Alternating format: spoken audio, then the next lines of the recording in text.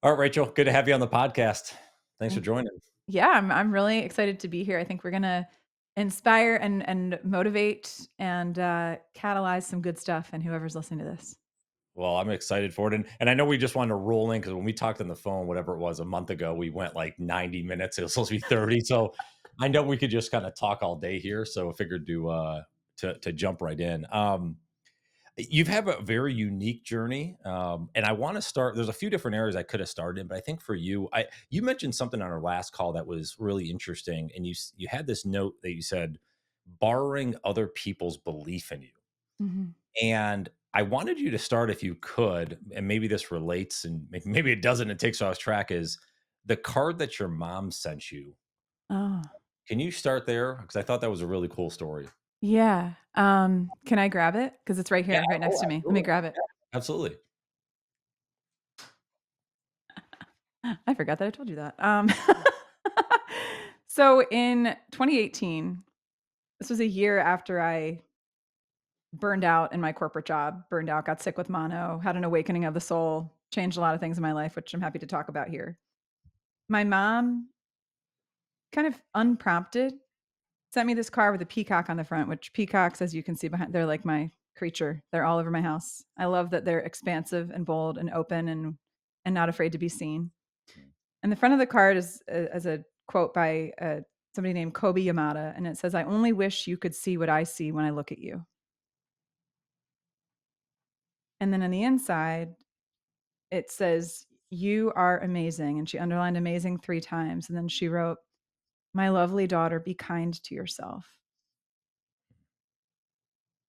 And I think for so many of us, I think we are blind to our own brilliance, and there are people in our lives that speak truth over us or say things to affirm or validate us or celebrate us or elevate us in some way. And we have a tendency, because I think so many of us are actually afraid of being seen, Mhm. because we're afraid if we're seen, we'll be exposed. And then we won't just be seen for the things we want people to see, we'll be seen for the things we don't want them to see. And that will cause them to reject us and not accept us and dismiss us in some way. But I think we can make a choice when somebody is affirming us or validating us and lean into that. And so when someone says, "Gosh, I wish you could see what I see when I look at you," you might be asking the question, "What do you see when you look at me?" Because we often are blind to that, especially the things that we're naturally gifted at. We take for granted and we don't think it's a big deal.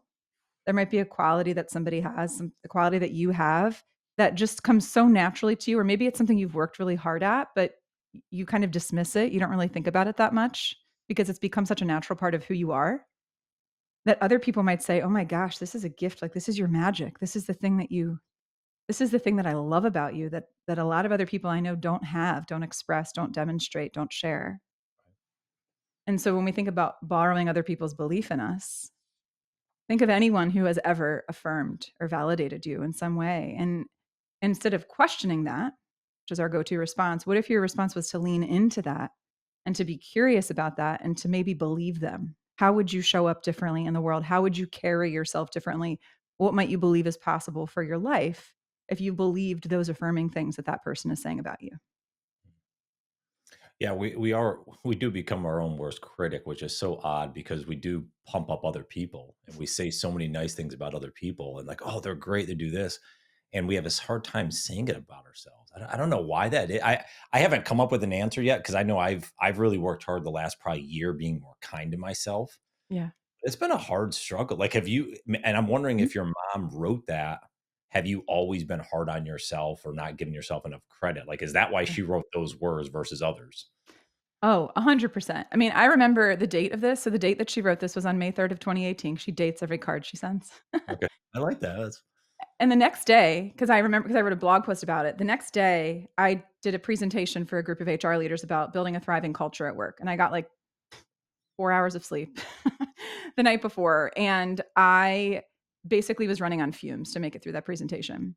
And after that presentation, a woman who I'd known for probably 3 or 4 years in the HR space came up to me after everyone left the room, and she looked at me point blank, and she just said, "Are you happy?"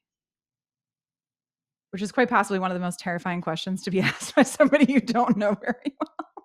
Yeah. And I thought to myself immediately, like, what did I display that made her question that? Because I'm talking about how do we thrive at work? And then her first question to me is, are you happy? And so there must have been something that I was emanating in that season of my life that was communicating to people that even though I was a year out of my burnout experience, that I was still not okay. And I think it's a gift when people are willing to speak truth to us or to. There must have been something today that I think will be really helpful for anyone listening that they can reflect on, that they can go inside of themselves, that they can ask the people in their life to get more clarity, to build more confidence, to build more courage. Because I think curiosity is at the root of all of that. We have to be willing to be curious about ourselves and to be curious about each other. And, you know, when I was going through that experience, again, I wasn't really happy. I wasn't really feeling fulfilled. And I think it was the beginning of the end. I mean, a year later, I made the decision to leave my corporate job. Yeah. So it's no surprise that people were picking up on these things that I was putting out. And maybe I know that people listening may be in a spot of transition in their own lives and in their own careers, and they may be wondering, is it time? Should I do this? Am I ready? Am I capable? Do I know what I'm doing? Am I good enough? Am I qualified? And I think those moments where people send a card or send a text or make a comment, those are things we can brush off. But I would really encourage anyone listening to pay attention to when those things that stir your soul in some way or make you feel a little bit of friction inside, to pay attention to when those things happen and to get curious about what might be going on inside of yourself. It might be telling you something that you're otherwise ignoring. Mm. What you mentioned that burnout, like Mhm. this burnout experience. Can you share more about that? Sure. So it started with something really good. It was in the spring of 2015. I got recognized by an organization called the Wellness Council of America as the number one health promotion professional in the United States. The contest, several hundred people were part of it. I applied the last day the application was due. I thought I had no chance. And I ended up winning this whole thing. And it put me on the map in my industry because I'd been in the wellness industry at that point for about 9 years. And I got this award. I got to go to San Diego. They brought me on stage. I did a speech. They gave me a plaque.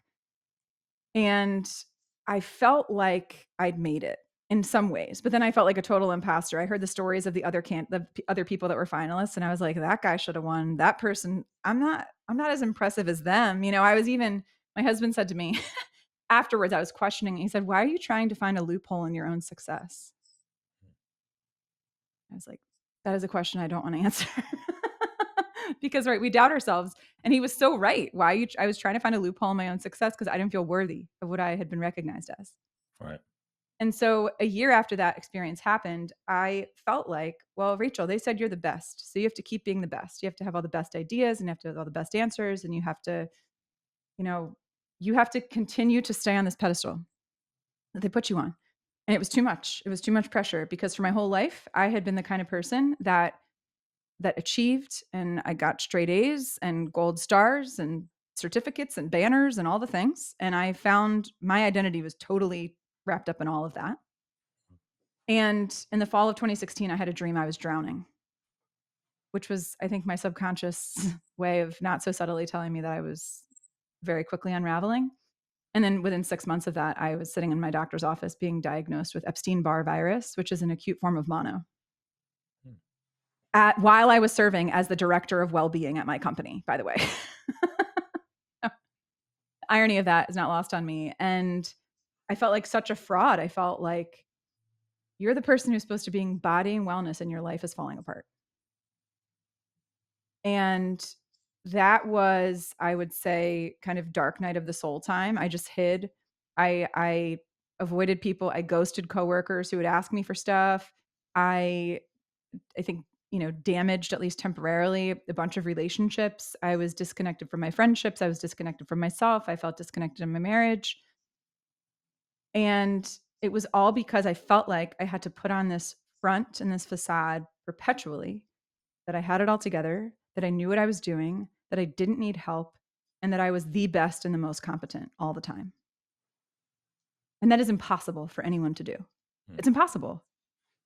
And sometimes we think other people expect those things of us when it's really we expect those things of us and we've never actually kind of verified with anyone whether or not they expect us to be that kind of person. And so over the months that followed that, I went through a lot of soul searching. I worked with coaches, I worked with therapists. I had difficult conversations with my friends. And it really, I feel like that burning out experience really opened me up. It was a catalyst for transformation that I don't think I would have had otherwise, because I just was so done. And I realized that whatever I was doing clearly wasn't working. And it opened me up to be curious about maybe what my life could look like instead. What did you find out was the core reason Hmm. that you're, I don't wanna say like you're like that, but like Yeah. that you always felt you had to achieve above and beyond maybe? I think it's two things. One, I'm going to share a book with you that I think you will be all over as somebody who loves to learn. I'm going to share that in a second. The first part of it is that when I was growing up, I was the oldest child of three. And when I was a kid, 5 years old, my parents went through a difficult patch in their marriage and they separated briefly. There's a lot of yelling in my house. We moved out with my mom. And so I internalized that. So kids don't consciously make these choices about how they're going to show up, but they start to internalize how they think they're supposed to be by the response they get from the mainly adults around them. Mhm. And so I discovered through that experience that I don't want to cause any more trouble. I don't want to be any more of a burden or a bother. So I'm just going to be good. I'm going to be good. I'm going to get good grades. I'm not going to get in trouble. I'm going to have good friends. I'm going to be nice. I'm going to be pleasant, because I felt like I needed to do that to survive. And you get rewarded in our society. You get rewarded for that. Oh, she's such a good kid. She's such a good student. Mhm. She's such a good listener. Whatever, right? Parents who have kids like that get praised. Parents whose kids are fidgety and move around, it's like, that kid's a problem. And I knew I did not want to be a problem. And so I became the type of person who sought recognition and who did everything I could to accomplish and achieve things to show people how impressive I was, because I was so insecure about myself deep down. I didn't think that being who I was sufficient. Mm. I needed to prove that I was somebody. And then something that I realized through the experience of burning out, I got outreach from a coach named Rosie Ward, who was somebody I'd met in the wellness space in 2009. So at that point, I had known her for about 8 years. And she was going through a process where she needed people to be guinea pigs for a coaching certification she was going through. And she reached out to me a month after I got this diagnosis of Epstein-Barr. And I agreed to work with her. And she was working through a process called Immunity to Change. So the book I mentioned is called Immunity to Change. It's by Bob Keegan and Lisa Leahy out of Harvard University. And the premise of the book, and they have a process they walk you through, is that all of us have goals, things we want to accomplish. And there are certain things that we do to get in the way of our own path on the way to the things that we want to accomplish. There's things we do to self-sabotage. And there's certain beliefs that we have about ourselves, about the world, about other people that cause us to do that. And we end up unconsciously turning those internal beliefs that we have into commitments that affect the way we show up in the world. And beneath those commitments are what they call a big assumption. So there's a big assumption that each of us has that affects the way we show up in the world and why we are or are not accomplishing the things we say we want to accomplish. So I started working with her. At the time, I was in my corporate job, which I'd been at for a dozen years.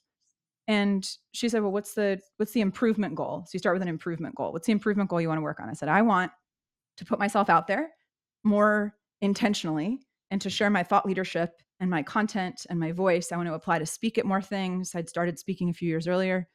I basically I want to let myself show up and be seen more as this person that I think I'm capable of being. But then I had all these beliefs inside that were causing me to not do that. I thought, well, I'm in my corporate job. If I start doing that, they'll think I'm disloyal. Right. If I start doing that, that's going to reflect poorly on them. What if I start doing that and I don't actually have anything different or meaningful or valuable to say? What if everything I'm saying has already been said by somebody else and they've said it better? What is the point of me contributing anything? What if somebody comes along and they're better than me? Then I'm obsolete. Why bother? So I had all these beliefs about myself that were causing me to not move toward the goal that I had. But beneath all of that, the big assumption that we uncovered was that I believed that in order to be accepted and loved, I have to be the best, and I have to be impressive, and I have to be accomplished. So if I am not impressive and I am not the best and I am not accomplishing things at the highest level, then I am a nobody. And who would love a nobody? Hmm.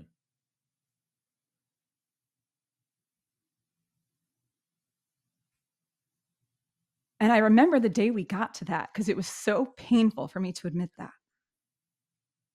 That like part of me thought that I wasn't anybody worth knowing or spending time with or celebrating if I couldn't impress you.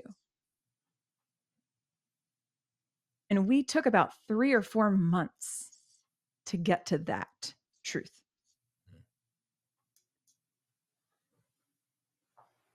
And then what we started to do, which was really powerful, was we started to test the big assumption. And I would go into situations where we would prescribe these tests. What are the things I'm going to do? I'm going to go on a walk with my friend Kara, and I'm just going to test if I need to be impressive in order for her to accept and love me. And we spent 2 hours walking on a trail in the woods, and she was sharing challenges about her life and was listening and maybe asking questions or sharing insight or empathy or compassion when it felt necessary to do that. And Rosie was like, "So were you like impressing her?" I was like, "No." "And were you still accepted? And she still want to spend time with you?" "Yeah." And so you start to create these scenarios for yourself where you kind of put that belief, kind of put it to the fire and like, is that really true? Is that really true that you're nobody if you're not impressive? Or for a lot of people are helpers and people pleasers, and they believe that unless I am helping, unless I am serving, unless I am sacrificing, then I am nobody. A lot of people believe that. And so the invitation then is just to question yourself. Hmm. And that was such a gift. I wouldn't have gotten there if I hadn't burned out. I think burnout was one of the most difficult things I went through because I had no energy for like 6 months. I lost my voice. I had um, I had no libido. I didn't have the energy. People hired me for my energy. I didn't have it, and I was like, am I going to get it back? But I had to go through that to get the experience that I had of elevating this self-awareness and being able to be honest with myself in a way that was very painful but very needed. Yeah, that's quite a journey there. Well, it just goes to show, like, it doesn't happen overnight. Like, you have to be willing to, I talk a lot about the commitment. It's one thing to say, I'm going to change, but making that commitment, going through the hard work, right? Because you gave kind of the Cliff Notes version. If we spent 10 hours, you could probably give every little nuance of a challenging discussion, or, you cried one night or whatever it is, like all these little things that we go through day in and day out to build to this. So, that's pretty impressive in your own right to go through that change. As someone that's gone through a lot of change over the years, like, I know it takes a lot of work, but it seems like, I wonder if I asked you the question today that lady answered, "Are you happy?" Mm. What's the answer today? It seems like I think you'll get a yes, but I'm just kind of curious. Yeah. I mean, I'm doing things I never even imagined I would do. I mean, Yeah. like, my 9-year-old self is like, "We're making music? Oh my gosh, we always wanted to make music. I can't believe we're making music. This is so cool. We're Mm, making music videos? Are you serious? What, like, we are flying to San Antonio to hang out with our friends who are RVing across the country for New Year's? Really? That's so fun." Like I'm spending time in community with people that are life-giving and that are uplifting and that are helping me to up level. I get to go on adventures with my husband. Like I feel stronger in my body than I felt in a long time because I started working with a personal trainer a year ago after another hard thing I went through that I needed to recover from. And I think something that everyone listening could do that I don't think we do enough is to really ask yourself, what's something about yourself that you're proud of right now? And I think when we can connect to a genuine, healthy, honest sense of pride in ourselves, that is something that gives us confidence. And that is, I think, something that connects us to a sense of deep fulfillment too. yeah. What are you proud of? I mean, I'm always in a position of like, well, what else is there? There's always this little bit of restless discontent inside of me that's, I think, been there my whole life. I don't know if it's going to go away. I think it nudges me to keep going and to challenging myself and to try new things. And sometimes I really have to pause and take in what's happening and be like, Rachel, like you dreamed that your life would look like this at one point. And there's things that are happening that you didn't even dream of that are so thrilling for you. Like, can you be with that? And I think all of us could be more intentional about that because we have a tendency to like next, next, next, next, next. We don't even celebrate our own goodness, our own success. Yeah. Well, it goes back to what we were talking about at the beginning. Like, we get into this rut of always saying we're not good enough. I need to do more. I got to be better. I got to, when in turn, we're saying other people, oh, yeah, great job, or they're doing well, or what. And we never look at like the small wins that we have that we're showing up and we're doing just fine. And I think this is the good and bad of social media or having, being quote unquote connected to so many people is that you see all these people doing cool and interesting things and you forget that you're probably doing cool and interesting things yourself. You're just not doing it maybe the way someone else is, and that's okay. Yeah. You know, just Yeah. really, really odd how we get into that. Well, can I, because you were asking, it sounded like you were saying, I'm not sure why we do this. Can I share a thought on Sure. why I think we don't do it? Absolutely. Yeah. So think about the time from you probably first heard this when you were 5 to 7 years old. Somebody said, don't toot your own, Horn. yeah, don't toot your own horn, right? We are Yeah. told that that is very unbecoming. Mind you, a 5-year-old, if they draw a pretty picture, what do they do right away? They have the picture. They're like, Daddy, look what I did. Right. They're just owning the fact that they did something they're excited about. Right. And as adults, we feel like, because we were told from the time we're young, that it is arrogant and off-putting to acknowledge something you've done well. Now, there's a humble brag. There's certain versions of this that as adults can feel really icky and be very off-putting. And if someone is constantly buttressing themselves up and be like, look how amazing I am for the sake of their own ego and not to serve, that is a turnoff. And it's very unappealing. And it's something that's going to push people away. But if you're the kind of person who's like I had a billboard, right, and we were talking about this at the front, and of my music video in Times Square a week ago. I was so proud of myself for doing that because it took so much for me to ever get to the place where I even started making music, talking about just getting started, right? That for me to be in Times Square with a music video, with a billboard of my music video, I'm so proud of myself for doing that because I know how much work and how much courage it has taken to allow myself to step into that version of who I am. And so I shared that proudly, really excitedly. And people celebrated along with me because I've shared it in the context of a story to encourage them to keep going after their dreams and to not give up on the things that light them up and to not let age or other things be an impediment or a barrier to going after what they want in their life. So I couched it in the context of a message that I hope will uplift and inspire others, while also not hiding at all that I'm really proud of the fact that I did this. Yeah. Yeah. You're right. I think that the whole like self-serving thing we do is like the self-promotion. I know I have a very hard time with this, like the self-promotion, because there is that fine line in society of like, oh, is someone going to judge you for Yeah. saying you're doing something well or not? If you're not, if you're, it's like, why we can uh prop up other people. Yeah. We see this a lot on LinkedIn of like, oh, so and so did awesome and whatever, which is great. I love doing that. I love calling out folks and saying good job. But yeah, when it's me posting, I'm like, ugh, is this right? Should I say this? Am I talking too much about myself? It is kind of a weird, is it dichotomy is the word? I don't Mhm. know, but it's a weird balance there for sure. Yeah. Yeah, it is. I wanted to ask you about that while we're kind of on this topic, and because about like kind of again taking a chance on yourself. You talked about the burnout and going through all this. You eventually decided you left corporate America. Mhm, You're doing your own thing, right? mhm. Can you talk about that we'll call it the jump from corporate to your own thing, Yeah. and how did you ultimately have the confidence to do that?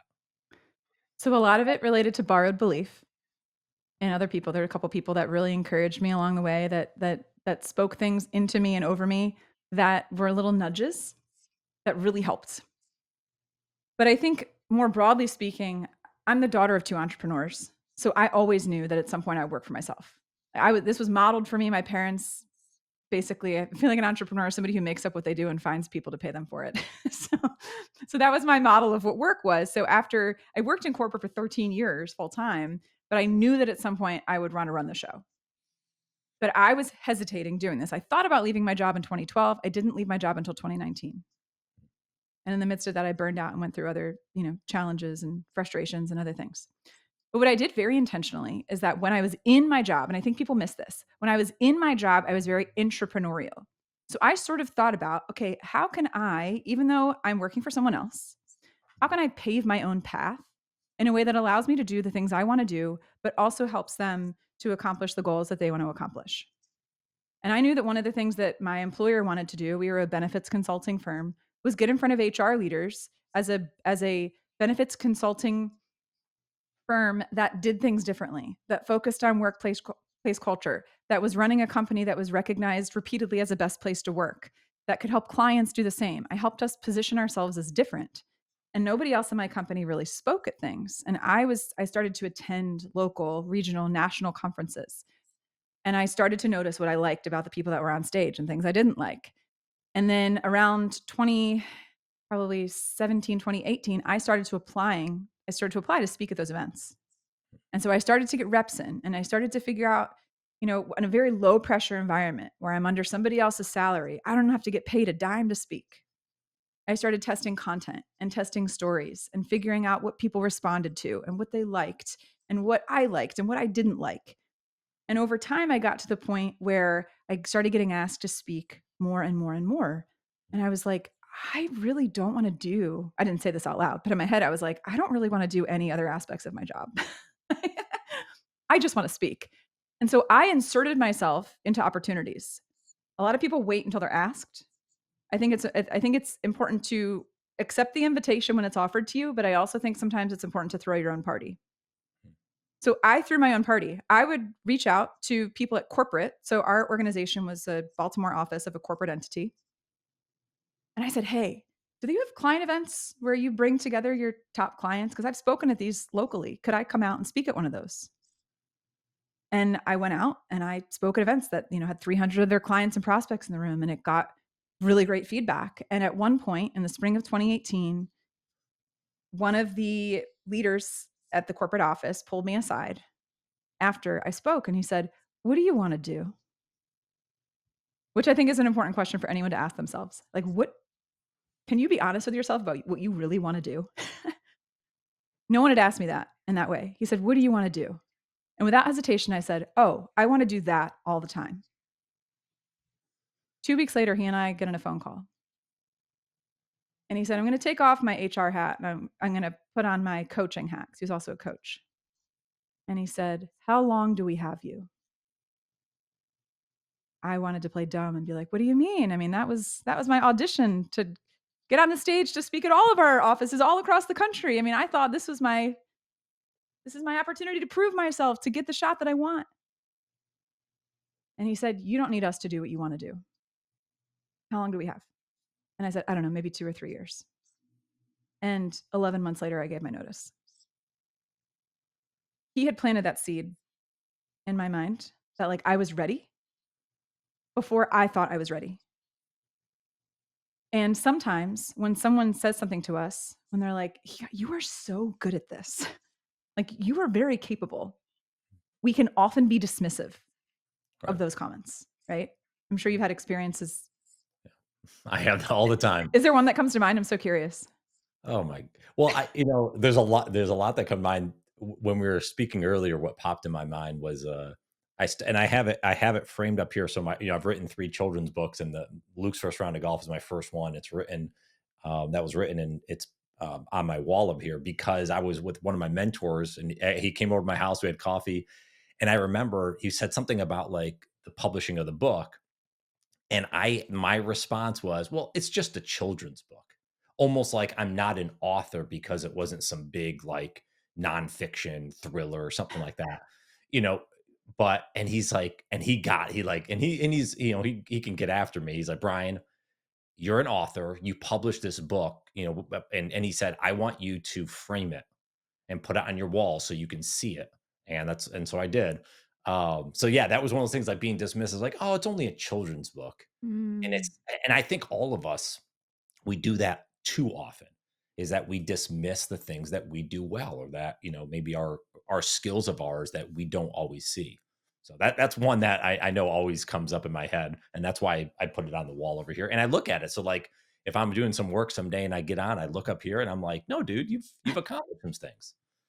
Yeah, it's like what I hear in that, and I love that he challenged you Yeah. because I think what he pointed out was something that is very common in a lot of people, which is that we have a tendency to use phrases like, "I'm not," "I'm just," "I'm only."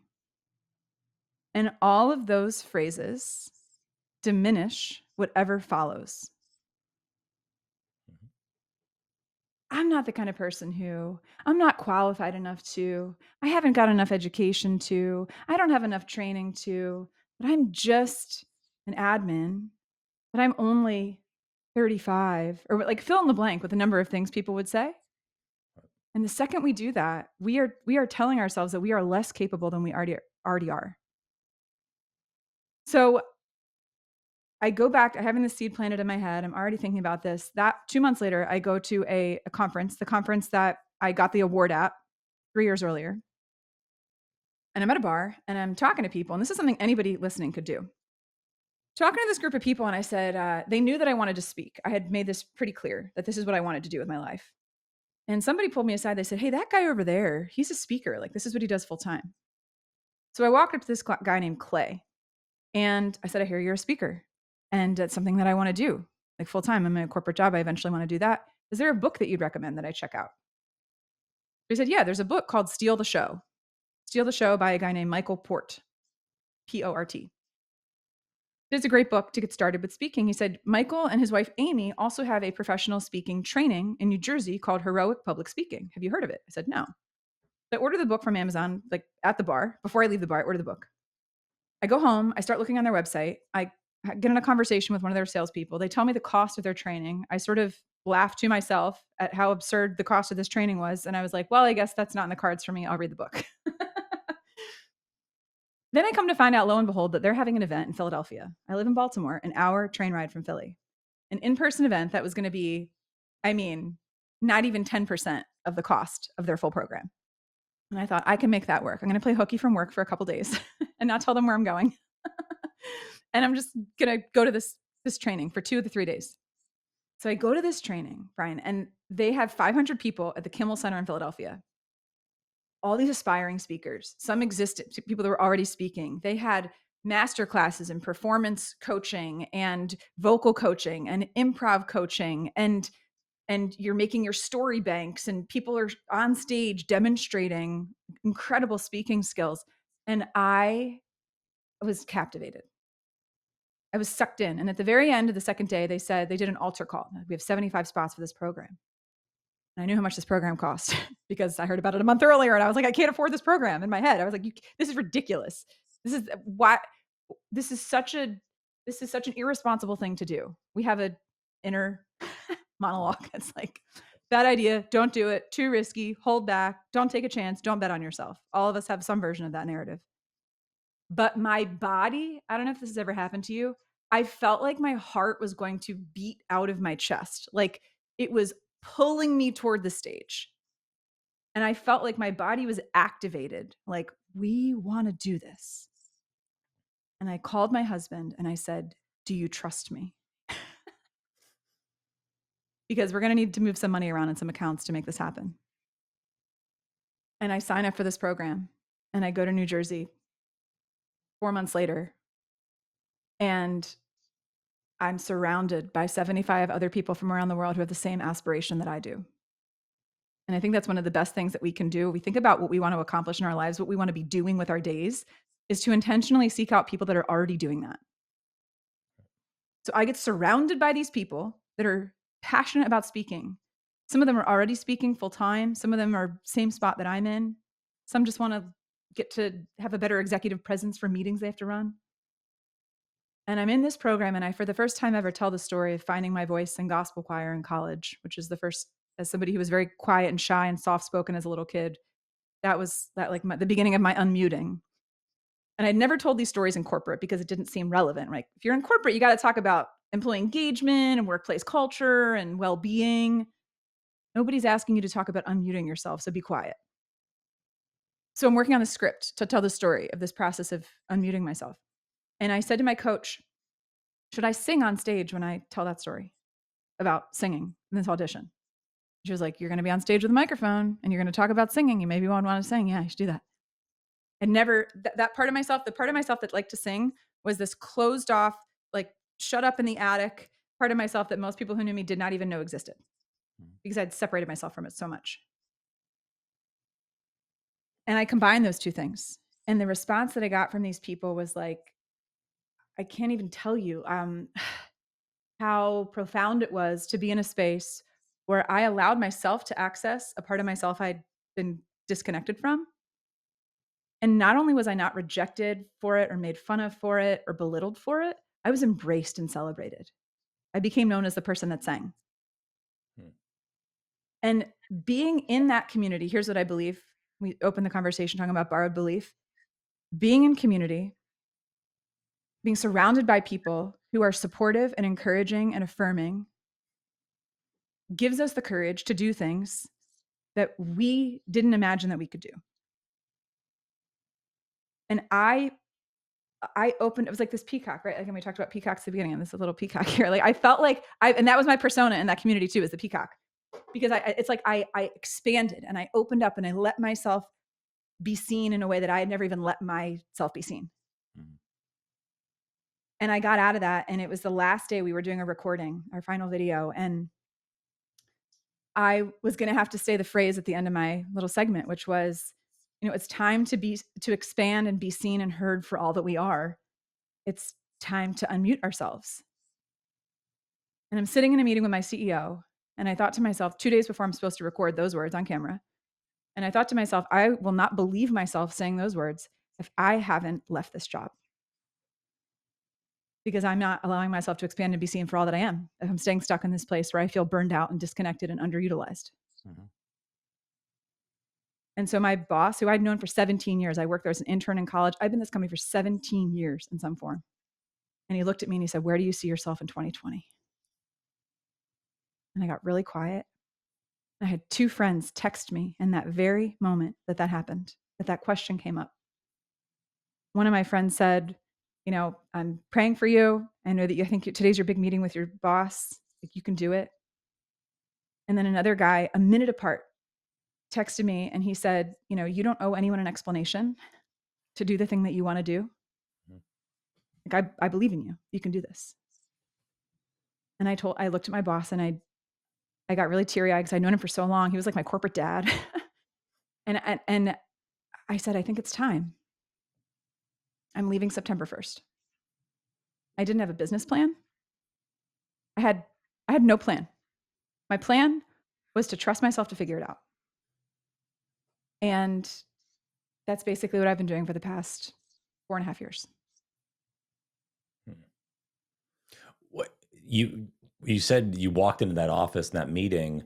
When did you make the decision that was the time? Was it like 5 minutes before, or was it 5 hours before, or? I mean, I think it was, so by that point, sometimes it's like something hits you over the head with a frying pan and you're like, okay, I can no longer ignore this. So by that point, I was supposed to be elevated technically at the corporate level to be the national director of well-being employee engagement. They had printed business cards for me 6 months earlier that said that. They were putting me in their national RFPs for prospects to say, we have the #1 health promotion professional in the US working for us, blah, blah, blah. But they wouldn't take those steps forward to put me in the position and pay me the salary of the job that I felt like I was doing, that I wanted to do. Mm-hmm. And I got to the point where initially I was very frustrated, but sometimes what feels like a closed door, and that felt like a door got slammed in my face and on my fingers, honestly. Sometimes that closed door could be the greatest thing that ever happened to you. Because if that door had not closed, I wouldn't have felt the sense of urgency and fire that I felt in me to say, like, you may not think I can do that, but I think I'm capable of doing this. And so that happened. I had colleagues that were saying, like, I'm surprised you haven't left yet. I mean, the number of people that said, have you ever thought about going out on your own? And when enough people say that to you enough times, you're like, okay, maybe there's something here. And I got to the point, I'm going to guess that it was within a couple of weeks of that meeting, maybe within a week of that meeting, and mainly it was because of the recording that was gonna happen that Sunday. This meeting was on a Friday, the recording was on a Sunday. And as I was rehearsing that recording, the main thing that I struggled with was not feeling like I was in integrity with what I was gonna be saying. Right. And so that was what prompted me to do it on that day. Yeah, I think the worst thing, the worst thing, it sounds first world problems, is like to be in just like a very, almost like to be just waiting in the water. Like you said, if you get that promotion, you're getting paid more. It's like, well, maybe I'll hang out for another year or two. Let's see how this goes. And that's why like a lot of folks, that get laid off, that's the best moment because like you're at the low, you've hit rock bottom. It's like, fuck, let's do it. I mean, I think that's why we see that a lot because it's like you really have to question yourself when you're like, I'm getting paid well, like I'm working the hours I want to do. It's hard to really pull that lever, even though we ultimately want to do it. Yeah, it's like So, that's what they call them, golden handcuffs, right? Because 'Cause you're like, I mean, you're not uncomfortable enough. right. And all of those little conversations that I had and the thing not working out with the corporate opportunity, all of those things were these little, like, thorns in my side. And I got to the point where I was like, "It is too painful to stay here." And, oh, another thing that happened, very helpful, is that same spring of 2018, I saw a therapist and a coach who took me through an assessment called the Harrison assessment. I'd never heard of this before. The Okay. Harrison assessment, Harrison. She took me through it, and she sat down with me, and we looked at my results, and she said, "After reviewing your results, I'm trying to understand how you are possibly working for someone else." She minced no words, and she said, "But I think I know why." And then she pulled up a chart that was in the report, and she said, "Your ability to assess risk is greater than your ability to trust yourself, and that is why you haven't left." And I was like, "You are right. Yes." I hadn't ever had it framed that way for me before, but it made so much sense that, yes, I could assess all of the reasons why this was a irrational decision, why I was leaving a good thing that so many people wish they would have. I mean, left a six-figure salary with good benefits. Why would you do that without a plan as the primary breadwinner in your family? Like, this is foolish. But when I realized that the main thing holding me back was me and my lack of trust and belief in myself and willingness to bet on myself, that it shifted things inside of me. It started to stir something to realize, well, what would it look like if you did trust yourself? What would it look like if you did believe in yourself? What would you be willing to do? Well, I wanted to ask you, you actually brought it up there, so maybe it's a good time to talk about it. How those discussions, you're married, Mhm. right? Now, certainly you could go in and be like, all right, I'm just quitting and deal with it. But I'm assuming you had conversations. It was probably an ongoing discussion with your husband. Like, did you have an idea of, okay, we need to have this number in the bank, or I need to have these Mm. levers, kind of set before I pull the ripcord? What were some of those conversations like? Because I know that's where a lot of folks struggle is Mhm. like, yeah, sounds great. I'm going to go out and do my own thing, but they might be in a certain position financially, or again, with a relationship or whatever that they quote unquote can't. I'm Yeah. just kind of curious your perspective on it. So for context, I'm married to a teacher, and as anybody knows, teaching is not something that, like, if you're a really great teacher, you're gonna get a pay bump.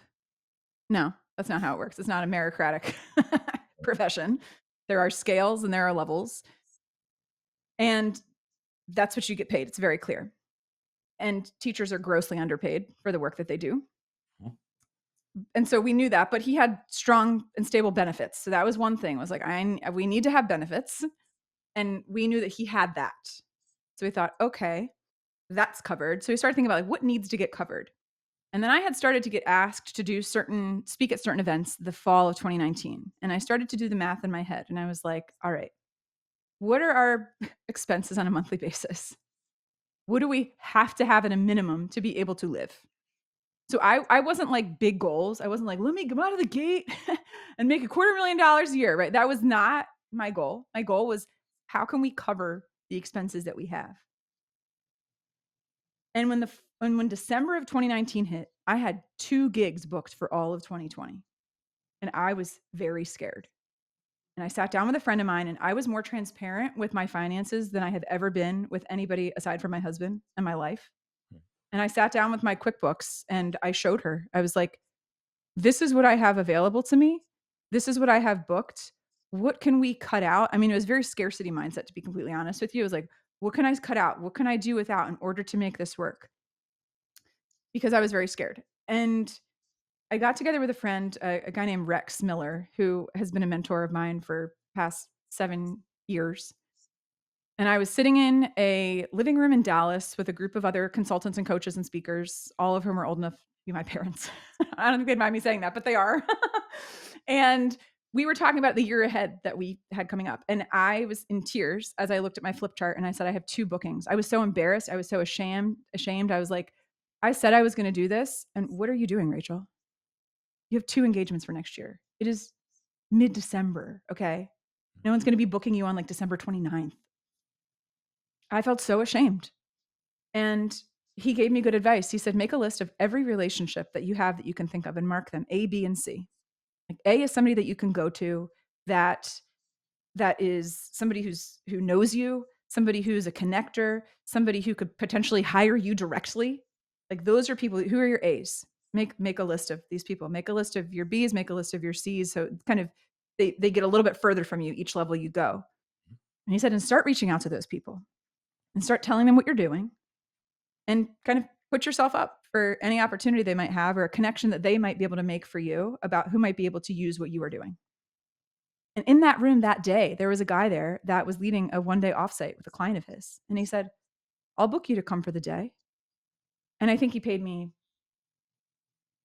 $2,500 or $2,000 or maybe $1,500 for something that I would have normally for like a full day that I would now charge like 10 times that. Mm. But I just needed momentum.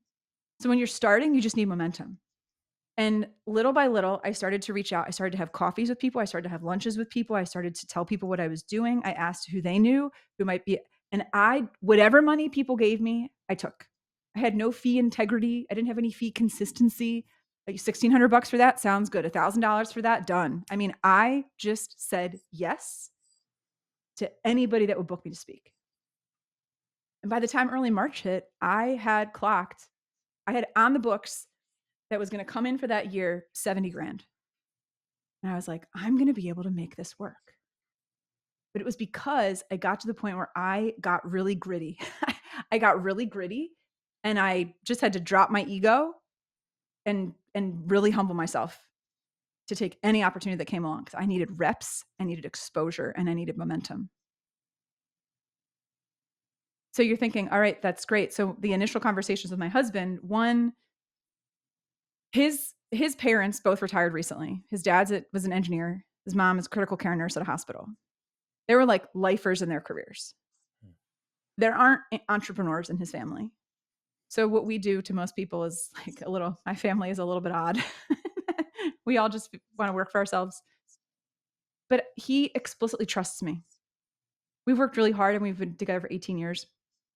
But he really trusts me. And he knows that I am an extraordinarily determined person and that I do everything I can to make something work. And I think because he knew that about my character, he was willing to trust my decision. Yeah. And I had gigs booked, right? So by the time I was making this decision, I said, I'm going to do this. I'm going to have this conversation with my boss. I have these like 8 to 10 things lined up for the fall. And he was just like, I trust you. And so I think trust is and we've gone on couples retreats. We've done a lot of work to get to the point where we could be in that position. But man, having that confidence, not having his pushback was something that was really helpful for me too. And then March 2020, everybody knows what happened there. And 85% of what I booked disappeared in a matter of 2 weeks. And I was like, well, this wasn't part of the plan. Which at some point, I think people who start a business feel that way at some point. I didn't see that coming. I may not have had a business plan, but if I did, that wasn't on it. Yeah. And I got really scrappy and I learned the power of 2 things. I learned the power of relevance because my background was in well-being and employee engagement. And what were the 2 things every company needed help with during the pandemic? Yeah. Well-being and employee engagement.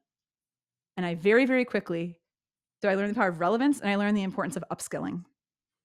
So I found out about a training for virtual facilitation. So people that trained people how to facilitate experiences virtually that were compelling and engaging and meaningful. And within 2 weeks, 3 weeks of the pandemic starting, I enrolled in this facilitator community to learn how to do that. And so I upskilled myself so that I could have what I needed because I already had the content base. Mhm. And then 6 weeks after all that happened, I was out running with my husband and got hit by a pickup truck and broke my back. And I was like, I didn't see that coming. But in that moment, I learned the power of sharing stories and connecting to people on an emotional level, speaking to a shared human experience. And everybody, metaphorically, I'm sure you too, everyone metaphorically felt like they got hit by a truck in the spring of 2020, emotionally, relationally, physically, professionally. And so I had a relatable story and I was like, I'm going to use this. I'm going to back brace doing presentations on Zoom about building resilience in the midst of uncertainty. And so I learned like relevance, relatability, and being willing to invest in yourself, to upskill, to get to where you need to go, to deliver at a higher level, to meet the need of the moment. And I mean, it's been off to the races ever since. Yeah, thanks for sharing that because I think that whole thing is helpful. We can probably dive into a few different areas there if we had more time. We'll probably have to do a part two here Fine. eventually. But one thing I did want to really underscore, if I kind of recap all of that, and again, there's 5 areas we can kind of go down, but is trusting that we do this. This goes back to again, we've been kind of the theme of our conversation about like not being kind to ourselves. We have this where like you make that decision and then if it doesn't quote unquote work out as we think, we have this sort of like regret, like, oh, I made a bad decision. Mhm. And the way I've changed my thought on regret is in the moment with the information I had available, did I make the best decision that's going to lead me down the path that I want? Mm. And it goes back to what you mentioned of like, you don't know what's going to happen. You don't know you're going to get hit, hit by a truck.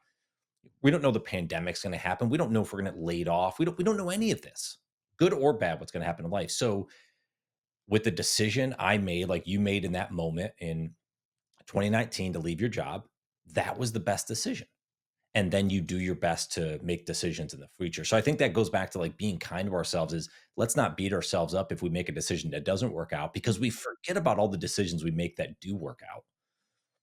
Right. Yeah. So I think anyways, that I don't know if you have any additional thoughts on that, but that's kind of what I took away from like, we don't know what's going to happen, but you were at least leaning into what you really wanted to do. And that was the most important thing.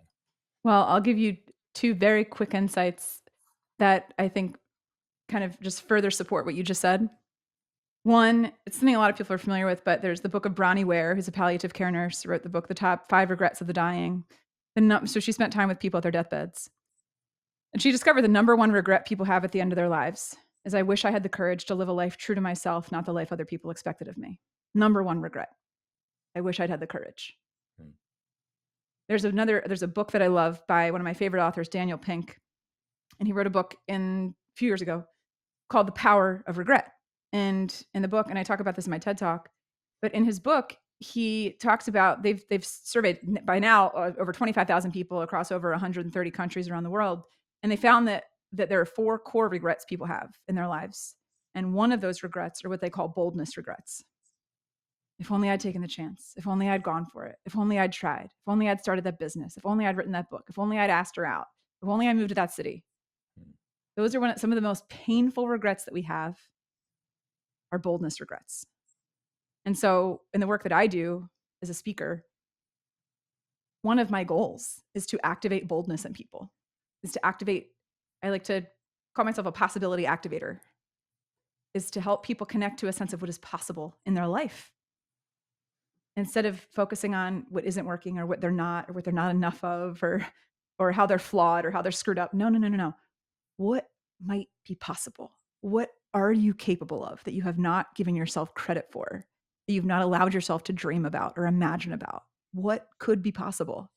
And that's a very energizing question for people to sit with. And at the core of that is the goal of the core of my work, that people would walk away from an experience hearing me speak and thinking to themselves, what if I could do that? Maybe I could do, I'm going to try, I'm going to apply for that promotion. I'm going to submit to speak at this conference next year. I'm going to ask for the help that I need at work. I'm going to start seeing a therapist. I'm going to book that vacation that I haven't booked for years.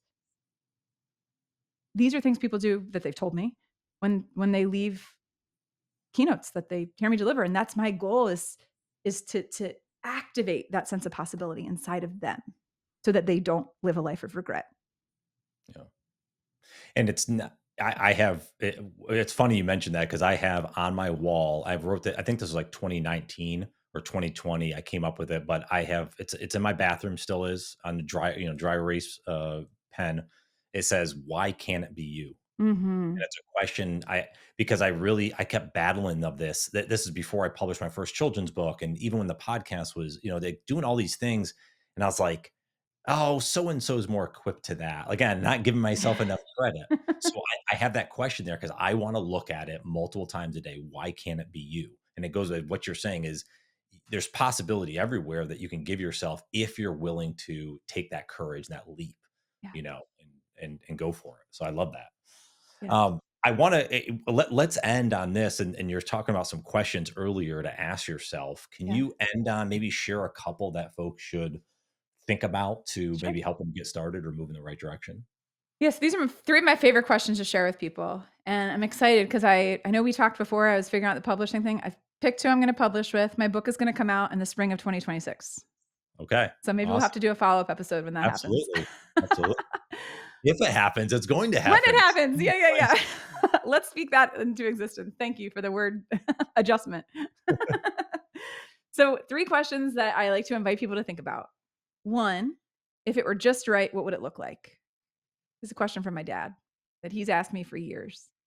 If it were just right, what would it look like? If the way that you were spending your time, your days, your work were just right, what would it look like? If you had energy and joy and enthusiasm with what you did, like what would that look like? What would you be doing? Who would you be spending time with? What would you not be doing? So really asking that is a future casting question. It's a vision question. If it were just right, what would it look like? It could be anything. Fill in the blank. If your marriage were just right, if your health were just right, fill in the blank, reverse engineer it. Two other questions that I think are helpful. One is, and this is a question that I asked in my TED Talk too, so we could link out to that. But one is, what is the cost of you silencing yourself and holding yourself back? What's it costing you? Is it costing you fulfillment, joy, the opportunity to have impact and influence? What is it costing you? And then the third question is, what becomes possible if you give yourself permission to unmute yourself, to stop silencing, shrinking, and sabotaging yourself? What becomes possible in your life, in your work, in your relationships, if you give yourself permission to step into that place of possibility? Mm. How do you encourage folks to go about sitting with these questions? 'Cause I know it's so hard to disconnect nowadays. Do you have a Mhm. practice of, hey, for 10 minutes a day or journaled here? Anything that works that you've seen work best? Setting a timer can be helpful because even if you set it for 15 minutes or even 5 minutes, I know Dan Pink is a big advocate of saying, like, do just five to just get started. If you set something for 5 minutes, I'm just going to write about this for 5 minutes. Chances are, if you start writing out about it for 5 minutes, you'll probably end up writing about it for 10 or 15. But 5 minutes feels like a bite sized piece. It feels like manageable and doable for most people. 5 minutes doesn't feel intimidating. So I think setting a timer for yourself can be really helpful if you're not used to doing this. I think it's helpful to understand if you are an internal or an external processor. So if you are a real internal processor, you really like to go inside of yourself and like sink in and um, maybe either journal. We use different parts of our brain when we're writing something versus typing something. Use more creative part of your brain when you're writing.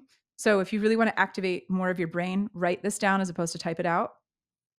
And then if you're more of an external, I'm much more of an external processor. So for me, I come to more insight when I am talking with someone or when I'm voice recording myself. So doing a voice audio or like an Otter, I use Otter AI, OTTER, to record myself. So like go on a walk. Okay, if it were just right, what would it look like? Just talk to yourself. go on a 15-minute walk. If it were just right, well, if it were just right, I'd be doing this and I'd be doing this with this kind of a person, or I'd be doing this with this kind of a company. And don't edit yourself. A coach I worked with years ago named Mike Ganino said, don't backspace yourself. So don't sit there and come up with all the reasons after you make the declaration why that's not going to work. That is not the place for this. This is Right. only about possibility. So I think if you give yourself that time, that just right question, I would just pick like one area of your life where you're feeling stuck in and fill that in for the it. So if this area of my life were just right, what would it look like? And then give yourself space to reflect on that and even connect with somebody else. Think about someone in your life that you trust, that you feel safe with, and say, hey, I'm really thinking about some stuff. I just listened to Brian's podcast and it really got me thinking. Could we hop on a call for like a half hour? I just want to kind of process some of what I'm thinking with you to get your thoughts, to get your feedback, maybe hear some additional questions you might have. And invite somebody into that experience with you. I mean, I always have my dad. My dad's like my business coach. I call him my little Yoda. I mean, he's like 5'4", so he's kind of like Yoda. But um, so he was always somebody that I could spitball with. And so I think having somebody else that you might have to initiate that relationship, Hmm. to invite somebody into that experience with you, or working with a coach, hiring a coach if there's somebody that you really, respect and admire. That's something I'm going to get into doing more of because I've been asked enough times. Do you coach? Will you coach people? And I'm like, so I'm figuring out what that's going to look like going forward. But just taking one of these questions one at a time, setting a timer, going on a walk, recording yourself. You're not going to come to the final, like bow on it answer the first time you do this. The point is to start exploring it and to start thinking about it. And once you start thinking about it, your brain will recognize, oh, we want to go there. If it were just right now, my brain is in a place of Mhm. possibility and creating newness. So now after I stop thinking about that, 3 days later, something might come up in my brain that's like, oh, actually, you know what? That's if it were just right, it would look like this too. And so you start that process. You start to tell your brain, hey, we're going to start to notice what just right looks like and feels like. And we're going to start to take that in and observe that. Even journal when you're in a moment where you think, I got to speak or I got to do this and it felt so good. Make note of that and notice what about that moment felt so good for you? What felt so energizing? What felt so aligned? And start to keep track of that and start to notice that. That's what I would say. Is that Yeah. helpful? No, it's extremely helpful. And the more you notice it, this is like a Tony Robbins type thing, but like if you know these are the things I want to do, where I want to go, now when you see them out in the world, you can start feeling more like, ooh, that yeah, that direct and you kind of start leaning into decisions to get there. But if you're so unwilling to sit with it, Mm-hmm. you're just going to be in the sputter of day in and day out life, and the days just pass, right? The calendar years just turn over without even being able to accomplish stuff. So yeah, I love this. So if it were just right, what would it look like? Mm-hmm. What is the cost of you silencing yourself, and what becomes possible if you step into a place of possibility? If I got those exact, you can Yeah, wordsmith let me all adjust because sometimes I say things and I'm like, could be clear. What becomes possible if you give yourself permission to unmute yourself? there we go. Yeah. Okay. So it becomes possible if you give yourself permission. And for me, unmuting yourself means to stop silencing, shrinking, and sabotaging yourself. Perfect. Rachel, this has been unbelievable. Any final thoughts, words of wisdom for the listeners or Yeah. myself? Well, I'll I leave them. I need it all too. I'm so glad. Well, and great questions too. And I also want to say you are a really incredible listener and Thank you. synthesizer. I think sometimes on podcasts that's kind of rare. And I felt like you created a very safe and inviting space for me to just kind of go off. And I really appreciate that. So I wanted to acknowledge that. No, thank you. Thank you very much. And I will add, and this is I think it's really important, is like I didn't start off this way. I Mm, I I always I don't know if I was always a good listener or good at I mean, I've been doing this 7 years now, and I think partly it's you get better with the reps like you talked about earlier, yeah. but you also I wanted to become better. Like, I wanted to have better conversations. Partly, if there's probably a selfish thing of like, I want the nice, like, I want the nice words of like, "Good job, Brian." But more importantly, it's I want people to have that great experience. Like this, I think you and I are very similar in the fact of like, maybe I never believe this, but like, I don't like to half-ass it. I Yes. kinda like to go above and beyond and, like, in terms of an achievement, and I'm very competitive in that way. So partly it's a continue with myself as, like, I want people to have great experiences when they come on. So how do I kinda take the Airbnb, if you've ever heard their, like, how do you get, like, the 11-star experience? Like, how do you go above and beyond? That's Mhm. how I always try to do it for the podcast, but it didn't start that way. So again, it's just confirmation that you have to put the time and energy into it and really believe that what you're doing is important, and that's something you wanna keep doing. So anyways, I still Yeah. have energy doing this, but I appreciate you saying that. Thank you. Sure, sure. And so I'll answer your question too, the thing you asked about what I leave people with. So we and I know this we'll talk about this next time, but something I started doing recently in the past couple of years was songwriting. And I started releasing music in 2023. And the first song that I released is called Somebody. And so if everyone walking away from this conversation, what I'd want them to believe about themselves and to know are lyrics from the song. You are somebody, you matter, and you are enough. Because I believe that going back to the beginning of the conversation when I believed, we believe we're nobody unless we're impressive or accomplished or helpful or sacrificial. When we believe that we are somebody, that we have inherent worth and value, that we have something to contribute, that we have a gift or a magic or something inside of ourselves that only we have, when we recognize that, there's literally no one else that will ever be like you. There was no one else that has ever been like you. And so you are uniquely equipped to do the things that only you can do. And when you believe that at the core of this, that you are coming from a place of inherent somebodyness, inherent worth and value, you don't have to strive as much. You just allow the unfolding of who you are. You allow yourself to kind of open up like Uh, the feathers of a peacock. You allow yourself to be seen and celebrated for who and what you are instead of feeling like you have to hide. So, my invitation would be for everyone to connect to their own sense of self worth and of value and of specialness because every single person who is listening to this conversation is somebody who matters, who has enough and who is enough to get started on whatever it is that they have a vision to do in their life. that's a great way to end this, Rachel. Where can folks where can they connect with you, I guess, is Yeah. after they connect with themselves? Ooh, touche, well said. They can so the best all my stuff is on racheldruckenmiller.com on my website. Also, where we connected on LinkedIn. That's my happy place. I'm on Instagram at Unmuted Life, and then they can find me on YouTube and Spotify or iTunes or Apple Music, wherever they listen to music. All of my songs are there, and my name on those platforms is Rachel Druckenmiller. I do not have like an artist name.